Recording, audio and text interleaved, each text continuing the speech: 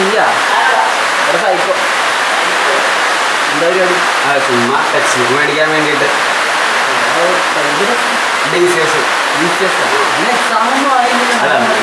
പഠിച്ചു വെക്കാലോ എന്ന് ഓർത്തില്ല. ഞാൻ ക്യാരംസ് കളിക്കണ്ട.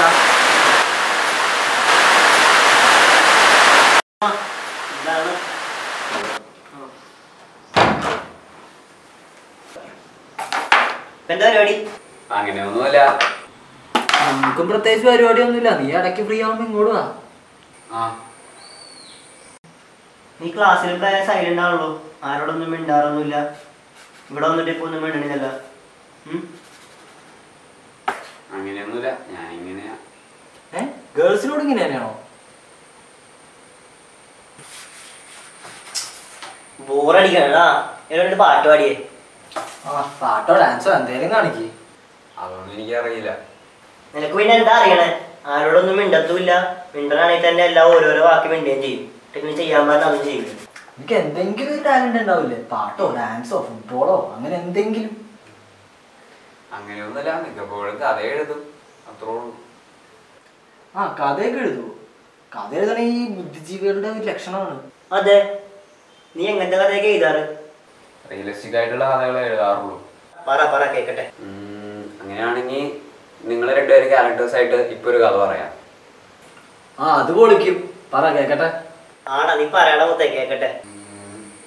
നിങ്ങളെപ്പോലെ രണ്ട് കൂട്ടുകാര് പോട്ടെ, നിങ്ങൾ തന്നെ ഇങ്ങനെ ഒരു വീട്ടില് ക്യാൻസർ കളിച്ചിരിക്കുക.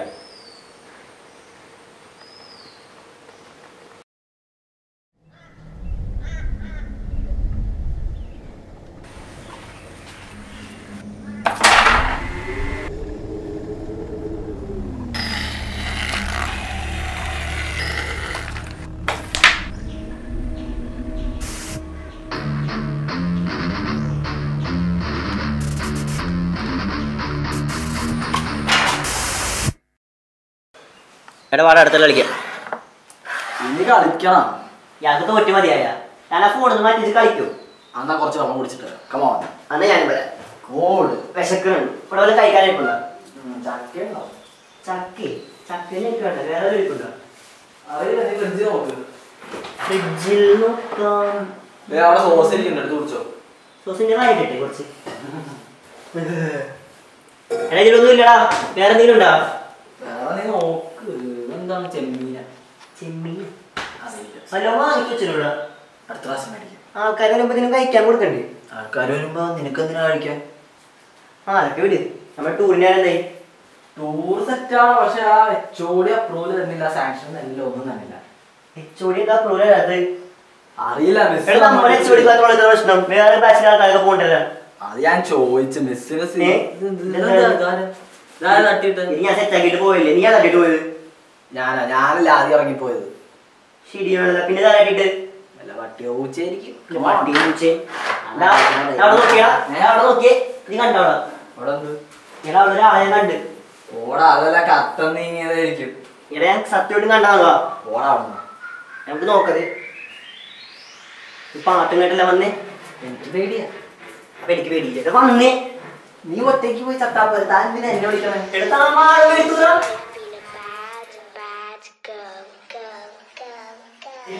ഓളക്കാരോ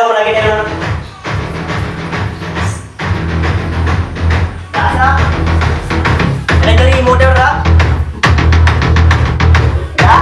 ഇവിടെ പോയി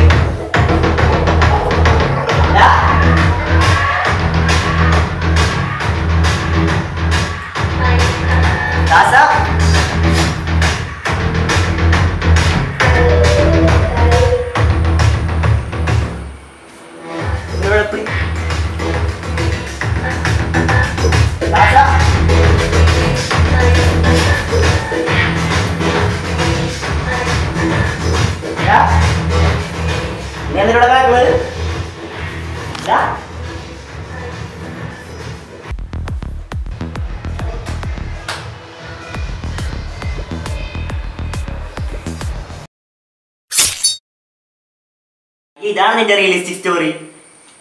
ശോകം വെറുതെ വന്നിട്ടൊക്കെ പോവും. ഒരു ഡിസ്റ്റില്ലല്ല.